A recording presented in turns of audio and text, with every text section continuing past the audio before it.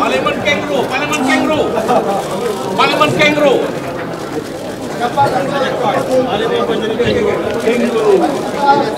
Kangaroo Parlimen. Kangaroo Parlimen.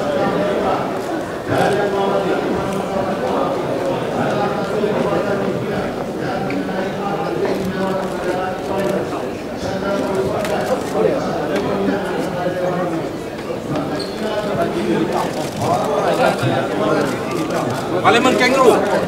Parlimen kangaroo.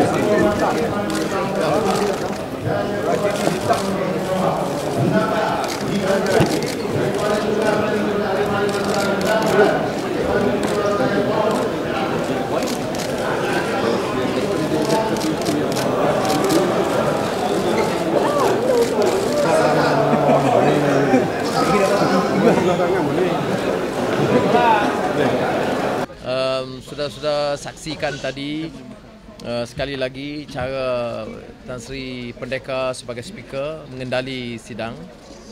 Yang penting bagi kita dibuktikan dalam beberapa keterangan termasuk usul Bukit Gulugo ialah supaya beliau mengundurkan diri kerana percanggahan kedudukan itu dalam beberapa contoh termasuk tindakan terhadap pencelaan terhadap Bukit Gulugo. Kerana pencelaan terhadap Bukit Gulugo itu cara langsung pertelagahan dalam mesyuarat di antara Bukit Gulugo dan speaker. Maka oleh demikian tidak wajar untuk dia bawa laporan, dia yang siasat, dia bawa laporan dan dia hukum. Dia enggan mengambil keputusan yang tegas dalam hal ini, jadi kita enggan juga teruskan. Tapi bagaimanapun dalam sidang tadi saya bangun untuk meneruskan ucapan, jadi dia kata tak ada orang nak ucap. Jadi sebenarnya saya tengok dia sudah begitu bias. Jadi kita ambil pendirian keluar sebelum pengundian membantah proses ini, tidak ada keadilan dan cara UMNO Barisan Nasional yang begitu ganas dan rakus menjalankan kuasa, memperolokkan proses dan menghina parlimen. Tidak ada faedah kita duduk kekal di situ. Jadi ini pendirian kita setakat ini dan kita dalam Pakatan Rakyat akan bincang apa-apa langkah yang berikutnya. There is no doubt that the Speaker has lost the moral authority to chair the proceedings anymore. Now, in the case of Datuk Seri Anwar Ibrahim and myself in the post motion, the recommendation is that we be suspended for 6 months. With mine, the additional one is I be admonished for the first one. Now we have not been heard. Datuk Seri Anwar Ibrahim was not given an opportunity to be heard. Neither was I given an opportunity to be heard. Neither was Gombak and neither was Subang. The rules of natural justice. A lot is said about the rules of natural justice. Let me read how and in what circumstances Audi alteram partem came about. Audi alteram partem means both sides must be heard. I quote from a case in Pakistan, the case Shaukat Ali versus State. It's a Supreme Court case in Pakistan. This is what is said there. Latin maxim, Audi alteram partem, which in fact stems out from the principle of Islamic law. This court has already observed in Muhammad Shafiq versus the State at page 6 that thus from what has been said here before, it would appear that this rule of natural justice stems from Islamic jurisprudence. In a Muslim society, it is to be complied with as a command like any other Quranic laws. That is how Audi alteram partem is come about, the right to be heard. We had no alternative just now but to withdraw, because we can't defend ourselves in front of somebody who is in fact directly involved in the proceedings. In both Parliament and later on as chairman of the Privileges Committee. Well, if we have to be suspended, we take it in the stride. But the manner in which it has been done is so undemocratic, and I think the Speaker ought to be ashamed of himself. I think he's one of the worst speakers we have ever had in the history of Parliament. I don't think I can go further than that for the moment. Saudara mungkin tidak berada di dalam Dewan. Jelas sebelum saja kita keluar tadi, kita melihat bagaimana Speaker menerima arahan daripada Menteri. Kita lihat pertukaran nota berlaku daripada meja Menteri kepada Speaker, dan di sini jelas menunjukkan bahawa Speaker kita bukanlah merupakan sebuah sama ada dia sebagai individu ataupun seat Speaker itu sendiri satu individu ataupun seat yang bebas untuk membuat satu keputusan mengikut peraturan-peraturan yang ditetapkan oleh mana undang-undang ataupun oleh peraturan-peraturan mesyuarat. Jadi di sini mengiyakan lagi bahawa apa yang berlaku hari ini, Speaker gagal untuk melaksanakan tugasnya daripada awal minggu sehinggalah ke hujung minggu ini, gagal melaksanakan tugasnya kerana arahan yang beliau terima daripada Barisan Nasional.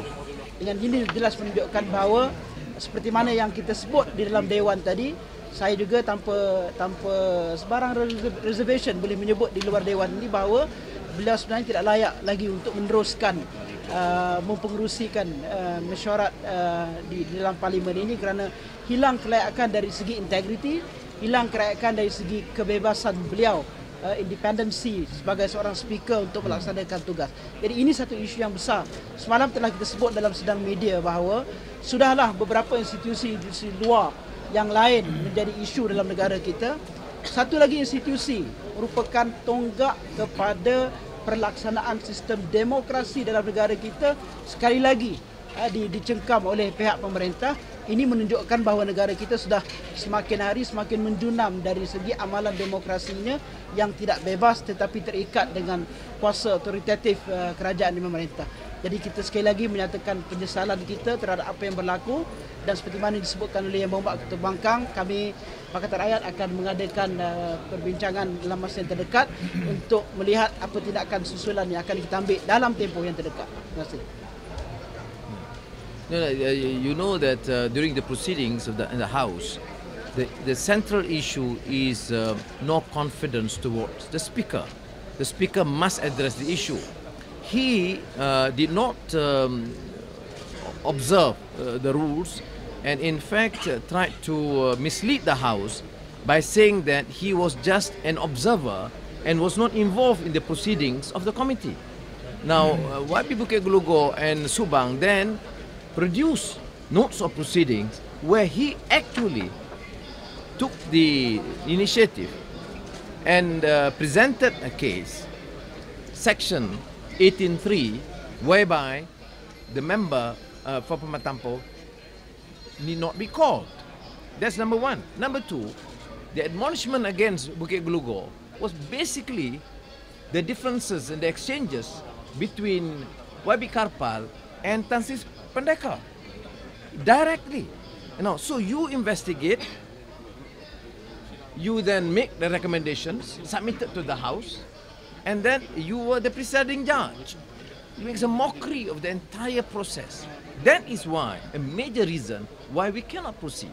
But more important, as YB Nasar said, in entire proceedings, the minister from Padang Rengas was giving instructions, and the final instruction was to use section 44, which means to suspend in name every single member who stood up or who challenged the Speaker. This was an instruction by the minister to the Speaker, and blatant disregard for the decorum that must be respected and adhered to in the House. Kita juga ramai di kalangan kita yang agak lama di Dewan. Ini suatu perkembangan yang cukup tragik, memalukan dan menghina mahkamah. Saya tidak peduli apa yang liputan yang berat sebelah terhadap kita, tetapi saudara, saya siap dengan agreement. Saya siap dengan keterangan apa yang patut saya kemukakan dalam sidang, nak membuktikan kenyataan palsu Apco dan cara UMNO Barisan Nasional memperalatkan Apco dan saya dengan itu mempertahankan hujah saya. Saya tidak juga diberi ruang. Saya bangun. Ya, dan ini dalam boleh disaksi dalam kamera.